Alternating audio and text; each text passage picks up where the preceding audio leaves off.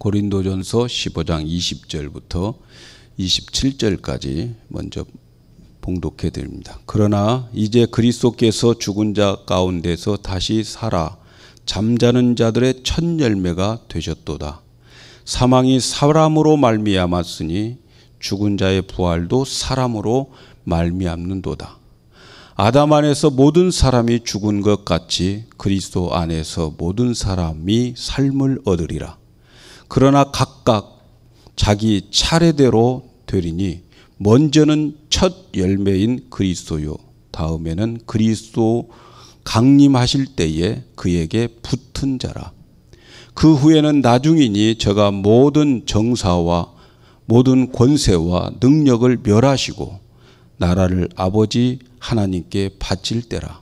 저가 모든 원수를 그 발 아래 둘 때까지 불가불 왕노로 다리니 맨 나중에는 멸망받을 원수는 사망이니라. 우리 주 예수 그리스도로 말미암아 우리에게 이김을 주시는 하나님께 감사하노니, 그러므로 내 사랑하는 형제들아, 견고하며 흔들리지 말며 항상 주의 일에 더욱 힘쓰는 자들이 되라. 이는 너희 수고가 주 안에서 헛되지 않은 줄을 알미니라. 아멘.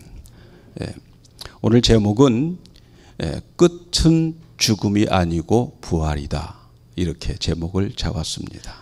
좀 묵상을 좀 하셔야 되겠죠. 2015년에 들어와서 죽음에 대한 일들을 저는 많이 겪습니다. 1월 25일 날 저희 어머님이 천국에 가셨고요. 그리고 약 한 달 정도 있다가 우리가 늘 기도하는 최종필 집사님이 또 천국을 가셔서 우리 모두 다 환송 예배를 드렸습니다. 지난 고난 주간에는 금요일 날 제가 잘 아는 젊은 장로님이신데 아침에 새벽에 교회에 왔다가 직장에 가서 심장마비로 그냥 돌아가셨다는 거예요. 아침에 새벽에 교회에서 봤던 분들이 이제는 그분을 영 못 보게 되는 거지요. 또 어제는 제가 예배를 드리고 있는데 친구 목사님이 전화 와가지고 어머님이 돌아가셨다고 이렇게 전해줘요. 참 여러분, 죽음은 늘 우리 가까이에 있어요. 남의 일이 아니라고요. 나는 지금 순서가 어디쯤인지 하나님만 알고 계시지 죽음은 누구에게나 다 가까이 있습니다. 근데 여러분, 우리가 이 세상에 살아가면서 죽으면 모든 것이 끝나버릴까? 한번 이 질문을 하면서 오늘 말씀을 상고하시기를 바랍니다. 기독교는 예수님을 믿는 종교입니다. 그런데 우리가 믿는 예수님이 나는 부활이요 생명이다, 이렇게 요한복음 11장 25절에서 말씀합니다. 예수님이 부활이시면서 생명이신 하나님인 거죠. 예수님은 영원한 생명을 가지고 계신 하나님입니다. 예수님이 영원한 생명을 가지고 계시는 하나님일 수 있는 것은 또 예수님이 부활이기 때문에 그러는 거예요. 예수님의 본질이 부활입니다. 부활이 이 땅에 오신 거예요. 예수님의 본질이 생명인 거예요. 예수님이 십자가에서 우리의 모든 죄를 위해서 죽으셨는데 누군가가 그 죽어 무덤에 묻혀 있는 그 예수님을 부활시켜서 예수님이 부활한 것이 아니고 예수님 자체가 부활이기 때문에 그 무덤에서 사망을 뚫고 나오게 되는 거죠. 예수님은 죽지 않았어도 부활입니다. 그래서 예수님은 죽은 나사로가 무덤에 묻혀서 4일이 되어가지고 썩은 냄새가 나는데도 가서 나는 부활이고 생명이라고 하시면서 그 죽은 나사로 썩어 냄새 나는 그 시체를 예수님은 살리신 거죠. 왜? 예수님은 부활 자체이기 때문에. 부활이신 예수님은 우리의 죄를 감당하셨어요. 우리를 위하여 저주를 받으셨습니다. 그리고 십자가에 죽으셨습니다. 그리고 돌 무덤에 장사 지내셨어요. 그런데 그 무덤에서, 그 죽음에서 다시 살아나셨어요. 왜냐하면 예수님 본질이 부활이기 때문에 그런 거죠. 여러분, 기독교에서 가장 강력한 메시지는 부활입니다. 죽은 자가 살아난다. 여러분, 이 세상에서 이보다 더 강력한 메시지가 어디가 있습니까? 모든 사람들이 죽으면 끝. 그런데 죽음 그곳에서 살아난다는 거죠. 성경을 보면 예수님은 성경대로 우리 죄를 위하여 십자가에서 죽으시고 장사 지내시고 또 성경대로 3일 만에 부활하셨다. 이것이 기독교의 핵심 메시지입니다. 기독교의 핵심은 그거예요. 예수님이 우리를 위해서 성경대로 우리 죄를 위해서 십자가에서 죽으시고 묻히시고 성경대로 예수님이 부활하셨다 하는 것은 말이죠. 이 성경대로라고 하는 이 말은 우연이 아니라는 거예요. 해프닝이 아니라는 거죠. 이미 하나님이 계획하셨던 대로 예수님의 부활은 역사적 사실이라는 거죠. 그래서 예수님이 부활하셨기 때문에 이제는 모든 성도들이 그 부활을 보면서 참 소망을 가지고 살아가는 거예요.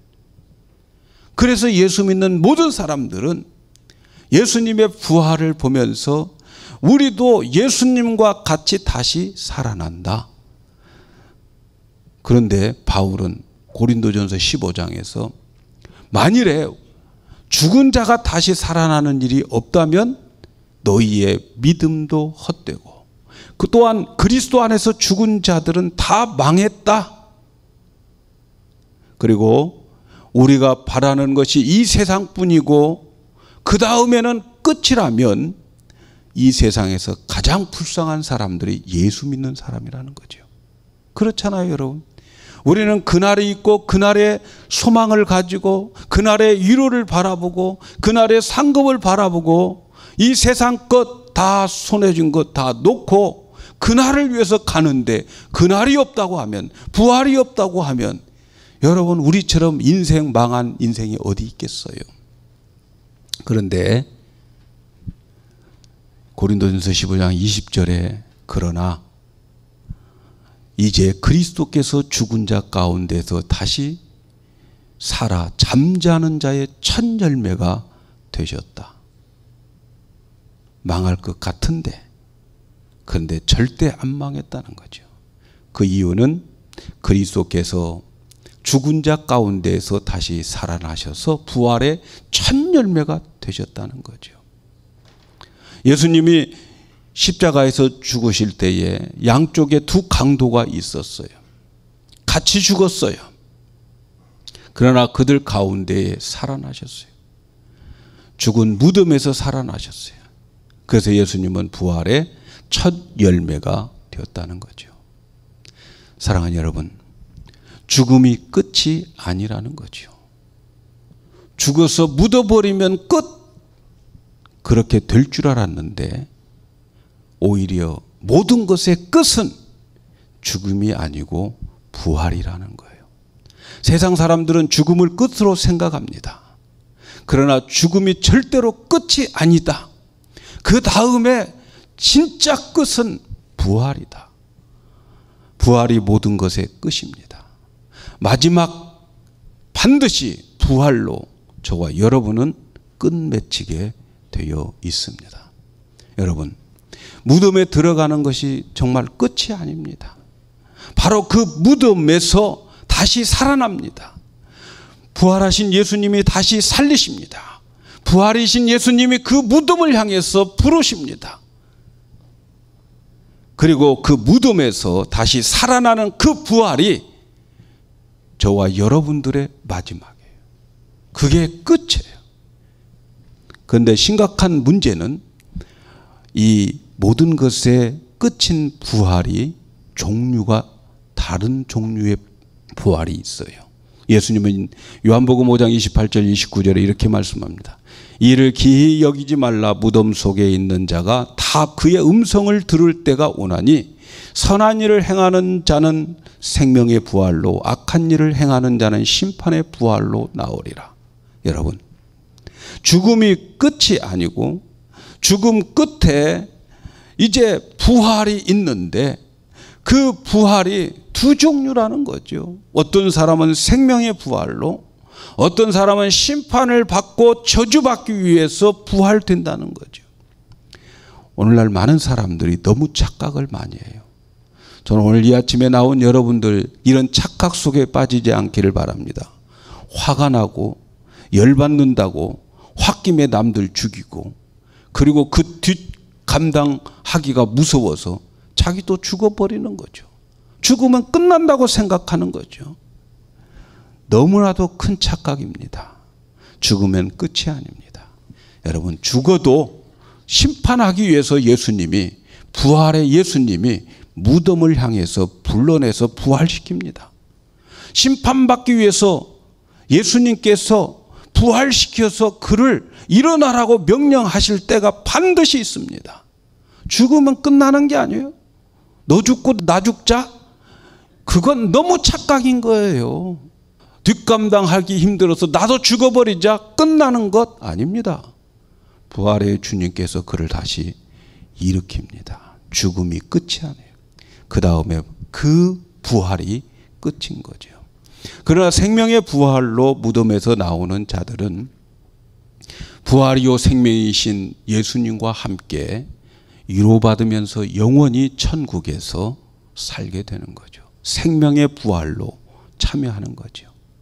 그래서 오늘 우리가 읽은 말씀에 보면은 이렇게 부활에는 종류가 있는데 부활의 순서가 있다는 거예요.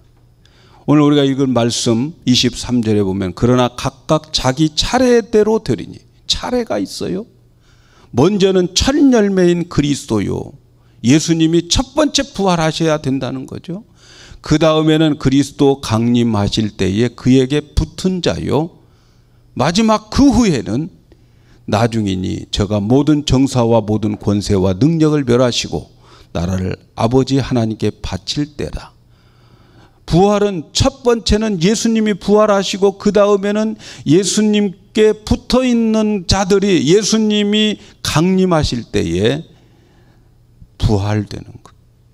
그리고 맨 마지막 예수님이 강림하셔서 지금 공중권세 잡은 이 사탄들, 모든 권세와 정사자들, 이런 것들을 다 멸해버리고 그런 영적인 악한 것들 다 멸해 무저강에 다 집어넣어 버리고 그 다음 심판받게 하기 위해서 예수께 붙어있지 않는 다른 자들을 부활시키는 거죠. 그래서 맨 마지막에는 멸망받게 하기 위해서 부활시켜요. 근데 그 부활체는 영원히 죽지 않는 부활체입니다. 그래서 한쪽의 부활은, 생명의 부활은 영원히 예수님과 함께 영원히 낙원에서 위로를 받으며 살게 될 것이고, 또 한쪽의 심판의 부활은 영원히 죽지 않는 몸으로서 영원히 꺼지지 않는 지옥의 심판과 저주를 받으면서 부활하기 위해서, 저주를 받기 위해서 부활을 하게 되는 거죠. 사랑하는 여러분, 예수님의 부활을 여러분 믿으십니까? 예수님이 부활하셨는데 그 부활하신 예수님을 여러분이 영접하셨습니까? 만일에 여러분이 예수님을 영접했으면 예수님과 우리는 하나인 거지요. 예수님께 붙어 있는 거지요. 그래서 우리가 예수를 영접하면 예수의 생명과 내 생명이 하나고요. 그래서 예수와 내가 하나가 되고 연합되어질 때에 여러분 예수님이 하셨던 모든 것들이 나의 일이 되는 거예요. 그래서 여러분들이 예수님을 영접하면 예수님과 연합이 되어지는데 그 연합된 여러분들이 십자가에서 예수님이 죽었을 때에 그게 내 죽음이라는 거죠. 그리고 예수님이 부활하셨잖아요. 나와 예수님이 하나이기 때문에 예수님의 부활이 곧 나의 부활이 되는 거죠. 그래서 우리는 예수님께 붙어 있는 거죠. 그래서 우리는 생명의 부활로 끝을 맺히게 되어 있어요. 믿으시기 바랍니다. 자, 그렇지만 꼭 알아야 될 게 있어요. 뭘 알아야 되느냐? 부활은 죽음의 자리에서 일어난다는 사실을 기억하시기를 바랍니다. 죽음이 없으면 부활 필요가 없어요. 그런데 죽음이 있으면 반드시 거기에는 부활이 일어나는 거죠. 여러분, 세상은 예수님을 죽음으로 끌고 가요. 그래서 로마 정부와 제사장들의 권력에 의해서 예수님은 십자가에서 이제 죽게 되는 거지요. 모든 사람들이 보기에 사람들의 눈에는 예수님은 정말 기력이 없고 무력하게 보이는 거죠. 무기력하게 보이는 거죠. 제자들이 볼 때도 십자가에 달린 예수님은 정말 실망할 만큼 그들에게는 무기력하게 보였어요. 그래서 예수님은 십자가에서 죽으셨어요. 의로우신 예수님이 악한 무리들에게 죽임을 당합니다. 흉악한 죄인들이 사형을 당하는 그 십자가에서 힘없이 예수님은 세상의 권력 앞에 죽임을 당합니다. 결국 예수님은 십자가에서 죽고 큰 바위의 무덤 속에 갇히고 그리고 그 큰 무덤 뚜껑인 바위로 닫아버립니다. 그리고 로마 군인들은 그 무덤을 지켰어요.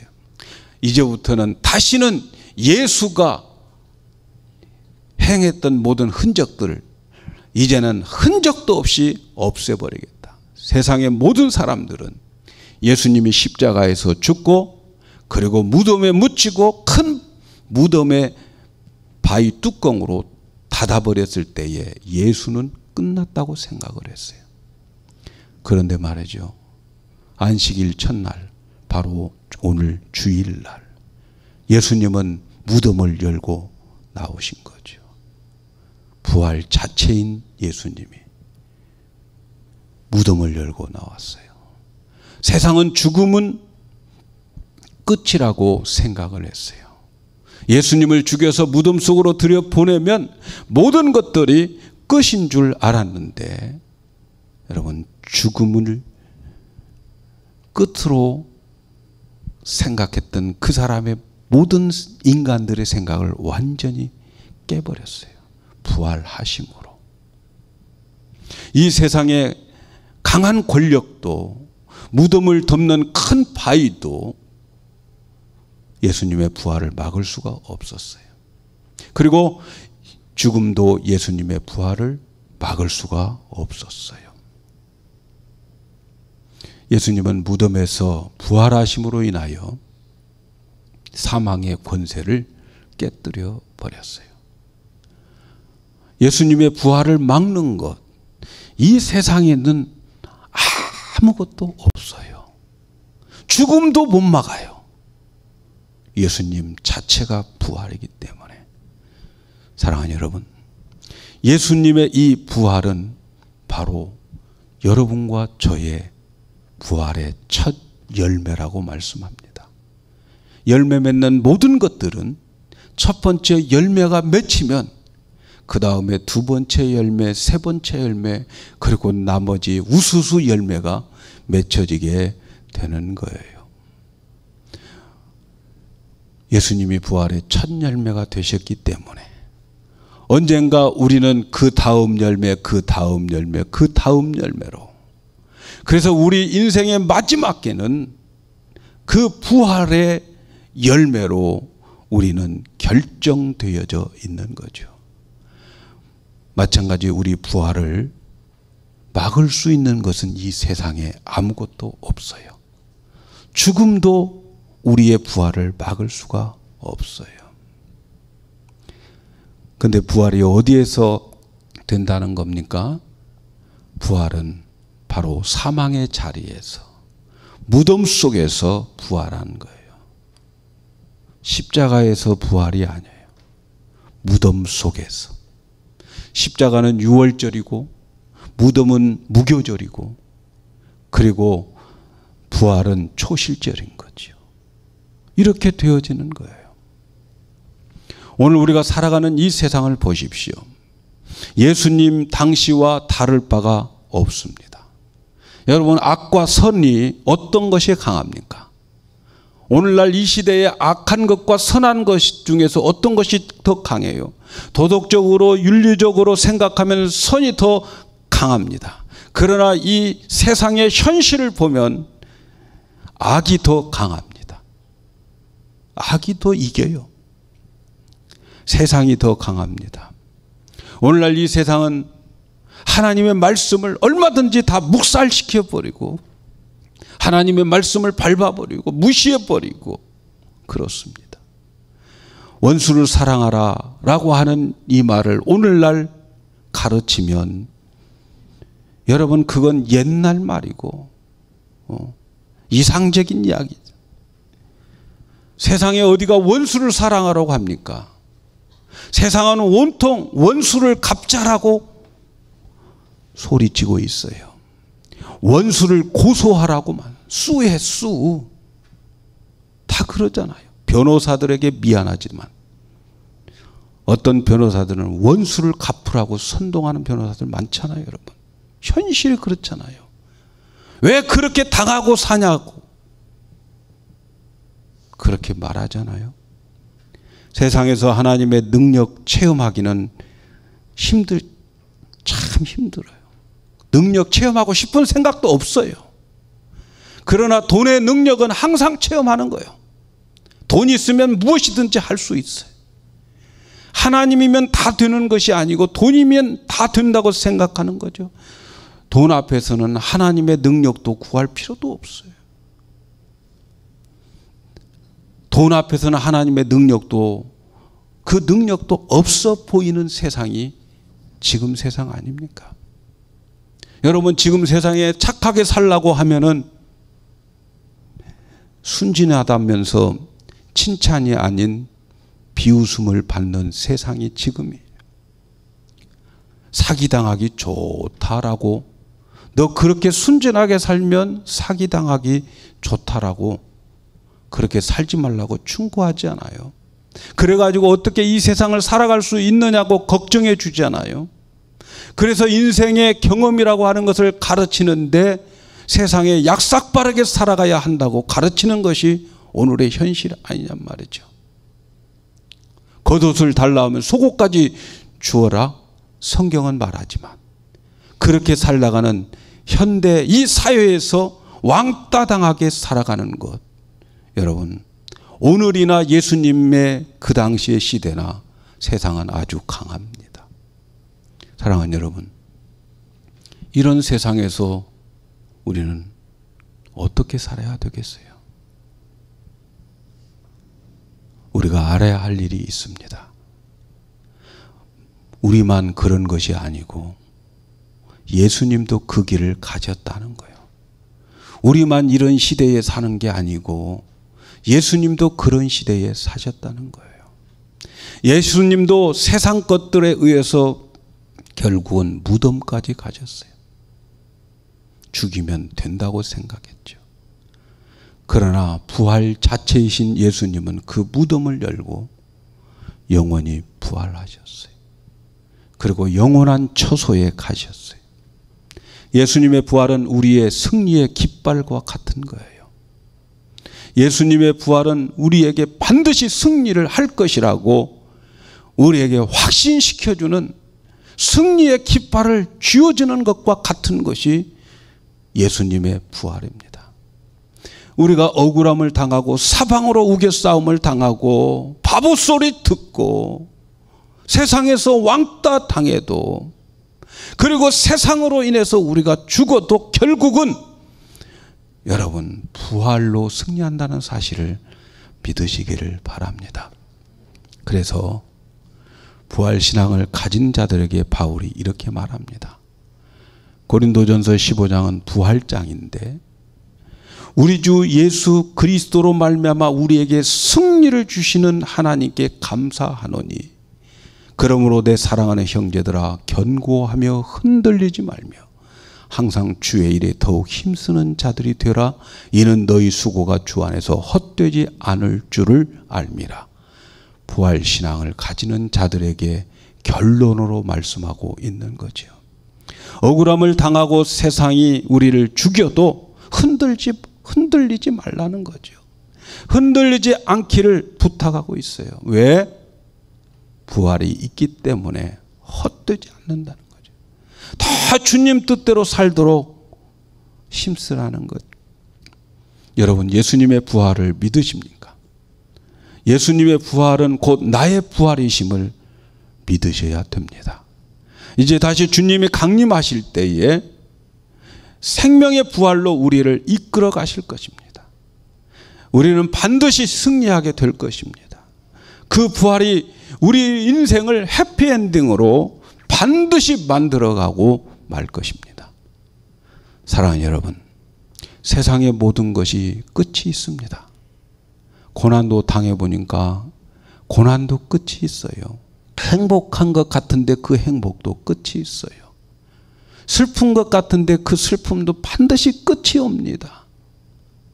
그러나 모든 것의 마지막 끝은 부활입니다.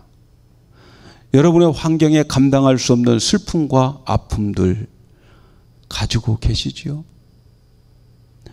좌절하지 마세요. 낙심하지도 마세요. 죽음과 같은, 무덤과 같은 그런 시간, 그 끝에 가면 반드시 부활의 날이 있습니다. 다시 회복될 날이 반드시 있어요. 기독교는 바로 죽음의 그 자리에서 부활이 있다는 것을 우리에게 거듭거듭 강조하고 있습니다. 세상이 우리를 무덤으로 데리고 가야 합니다. 여러분, 착각하지 마세요. 세상이 교회를 무덤으로 데리고 가야 합니다. 주님 따라가는 길이 그런 길이에요. 왜냐하면 우리는 바로 그 무덤에서 부활하기 때문에 그렇습니다. 그래서 세상에서 무덤으로 가는 것을 우리 겁내지 말자고요. 하나님 말씀 붙잡고 죽자고요.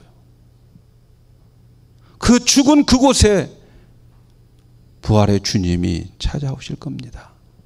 우리가 무덤으로 가야 그들에게 부활을 알려주는 거예요. 예수님이 무덤으로 가야 우리에게 부활을 깨우쳐 주는 것처럼 오늘날 교회들이 무덤으로 가야 세상의 부활을 깨우쳐 주게 되는 거예요. 오늘날 교회가 부활의 능력이 나타나지 않는 것은 교회가 세상을 이겨먹으려고 하기 때문에 그렇습니다. 여러분, 나가서 이겨먹으려고 하지 마세요.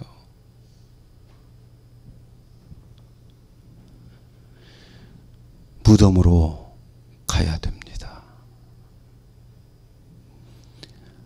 교회는 이겨먹는 곳이 아니에요. 여러분, 우리는 교회잖아요.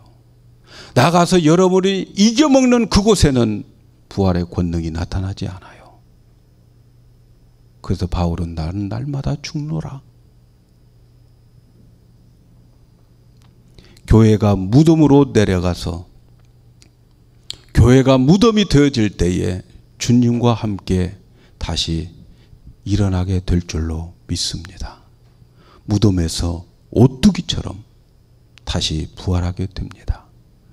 여러분, 그래야 세상을 구해낼 수 있어요. 오늘날 교회는 정말 세상에 앉으려고 그러는 거죠. 오늘 부활주일을 맞이하면서 특별히 우리 영광교회 성도 여러분들 힘내시기를 바랍니다. 죽음의 자리가 여러분의 주위에 있습니까? 바로 그 죽음의 그 자리에 부활하신 예수님이 그 자리에 계십니다. 그분을 믿고 그분을 의지하고 오늘 다시 한번 그분의 손을 우리가 붙잡고 다시 한번 일어나시기를 바랍니다. 우리는 가지고 그분은 포도나무입니다. 그것처럼 우리가 주님의 손만 꼭 붙잡고 있으면 포도나무 가지에 줄기에서 모든 힘을 공급해서 열매를 맺게 하는 것처럼 부활하신 주님이 우리를 그 죽음의 자리에서 일으켜 세워 주실 것입니다. 여러분 힘쓸 것도 없어요. 그냥 주님 붙잡고만 계시면 됩니다. 그러면 주님께서 바로 그 죽음의 자리에서 그 무덤에서 반드시 일어나게 합니다. 죽어야 부활이 나에게 오는 거지요. 여러분 지금 주어진 환경 속에 여러 가지 꼬이고 얽히고 죽음의 모든 문제들이 여러분에게 있다면 죽지 않아서 그러는 거예요. 하나님의 능력을 체험받기를 원합니까? 죽음의 자리로 가십시오. 그러면 거기에 부활의 능력이 나타나게 될 것입니다. 부활의 주님은 이제 우리 안에 영으로 와 계셔요. 바로 그분이 저와 여러분을 다시 일으켜 주실 줄로 믿습니다. 2015년 부활주를 맞이해서 지금까지 여러분의 모든 상황 속에 어렵고 힘들고 사망의 것들이 있다 할지라도 부활하신 주님을 꼭 붙잡고 있으면 주님이 우리를 부활시켜 주셔서 새 생명을 주시고 다시 일으켜 주실 줄로 믿습니다.